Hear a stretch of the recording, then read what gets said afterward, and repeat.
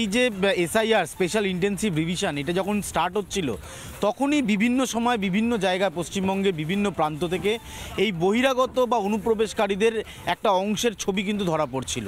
আর এর ব্যতিক্রম নয় এই সন্দেশখালী ধামাখালী, কারণ জলপথে খুব সহজেই বাংলাদেশ থেকে এই দেশে সহজে আসা সম্ভব এবং সেটা অনেকে এসছিল। স্থানীয়দের একটা বড় অংশের বক্তব্য যে পশ্চিমবঙ্গে যাদের সত্যি এখানকার স্থানীয় বাসিন্দা, যাদের সুযোগ সুবিধা পাওয়ার কথা, তারা বঞ্চিত হচ্ছেন, সুযোগ সুবিধা নিয়ে যাচ্ছে বাংলাদেশ থেকে অনুপ্রবেশকারীরা। আমার সাথে কয়েকজন রয়েছেন, একটু কথা বলবো। বাংলাদেশি রয়েছে নাকি আপনাদের এই অঞ্চলে? হ্যাঁ, তো বাইরের লোক কিছু ঢুকে আছে এর মধ্যে, বাইরে হ্যাঁ কিছু ঢুকে আছে। এরা কবে এসছে, কোন জায়গায় রয়েছে? এরা আছে বাংলাদেশ পাড়া বলে জায়গার নাম আছে, এটাই আমাদের তুষখালীর মধ্যেই আছে। এই অঞ্চলে বাংলাদেশিদের একটা রমরমা রয়েছে, অনেকেই অনুপ্রবেশ রয়েছে। কিছু আমরা জানি যে কিছু আছে বাংলাদেশের অনুপ্রবেশকারীরা আছে।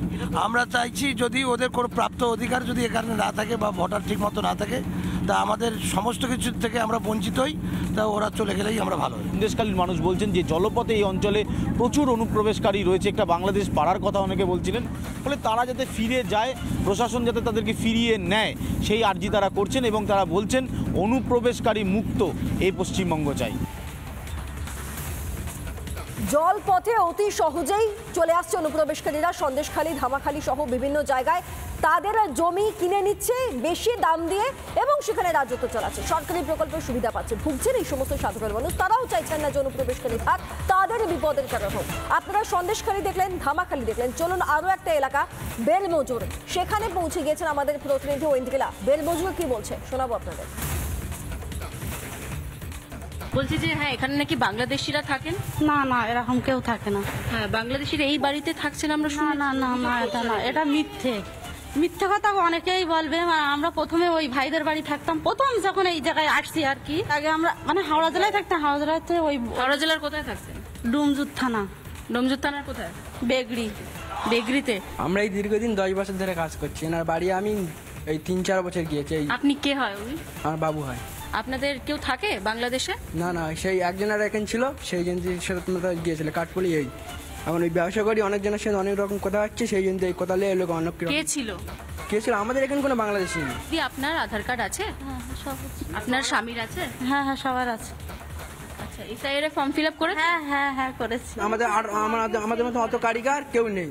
আমাদের আরো ব্যবসা করে তাদের বিশাল কারিগর, বড় কারিগর। অবশ্যই এই জন্য এই 70 এই জন্য সবাই বলছে যে আপনারা। হ্যাঁ জি, আমাদের কাগজপত্রের কথা বলবে, এই মেন কথাই আমাদের কাগজ যদি ঠিকঠাক কোনো কিছু নেই। অভিযোগটা যদি একটু বলেন যে আপনারা এই মুহূর্তে কি জানতে পারছেন। আলিম মিদ্দে এই যে রিজেক্ট মেরেছে এটা অনলাইনে, এখানে এই যে ফর্ম ওখানে, আর ওনার স্ত্রীর নাম আমেনা মিদ্দে, ভাইয়ের নাম ডালিম মিদ্দে, এই ডালিম শেখ। হ্যাঁ, আর স্ত্রীর নাম আমেনা মিদ্দে। তা এটা নিয়ে অভিযোগ করেছে আমাদের এখানে সবাই যে বাংলাদেশি। ওনারা বলছেন যে ব্যবসায়িক শত্রুতার জন্যই এরকম করা হচ্ছে। না জানি না, অন্য কেউ থাকতে পারে। ব্যবসা শত্রুতা এখানে কেউ নেই, এখানে আরো ব্যবসায়ীরা আছে, কিন্তু এখানে চায় যে বা মানুষ ব্যবসা করে খাক। এনারা কি কেউ বাংলাদেশি সঙ্গে যুক্ত রয়েছে বা কোনো দল করেন? দল বলতে টিএমজিদের সাথে একটু ইয়ে আছে, ওঠা বসা আছে। এইটা হতে কতদিন দেখেছেন?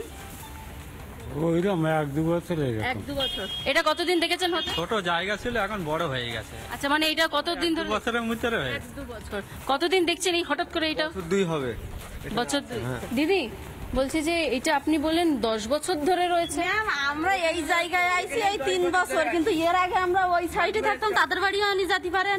ওনাদের বাড়ি ছিলাম 3.5 বছর, তাদের বাড়ি আনি জিজ্ঞেস করতে পারেন। এইখানে আইছি আমরা 3 বছর। 3 বছর এখানে এসে। হ্যাঁ, কিন্তু আমরা এমনি এই এলাকারই ভেতরে ওই সাইডে মানে মোড়ের ওই সাইডটায় থাকতাম আমরা 3 বছর। তারপরে ওই ভাইদের বাড়ি। আপনার পড়াশোনা কোথা থেকে? বসিরহাটে। বসিরহাটে, ওখানেই পড়াশোনা, ওখানেই জন্ম? হ্যাঁ হ্যাঁ। তারপর এখানে এসে? হ্যাঁ, বিয়ে হয়েছে হাওড়া জেলায়, হাওড়া জেলার পরে আমরা এখানে এসেছি আর।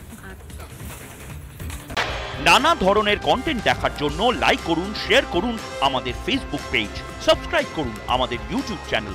পাশাপাশি অন্যান্য ব্রেকিং নিউজের জন্য অবশ্যই চোখ রাখুন রিপাবলিক বাংলায়।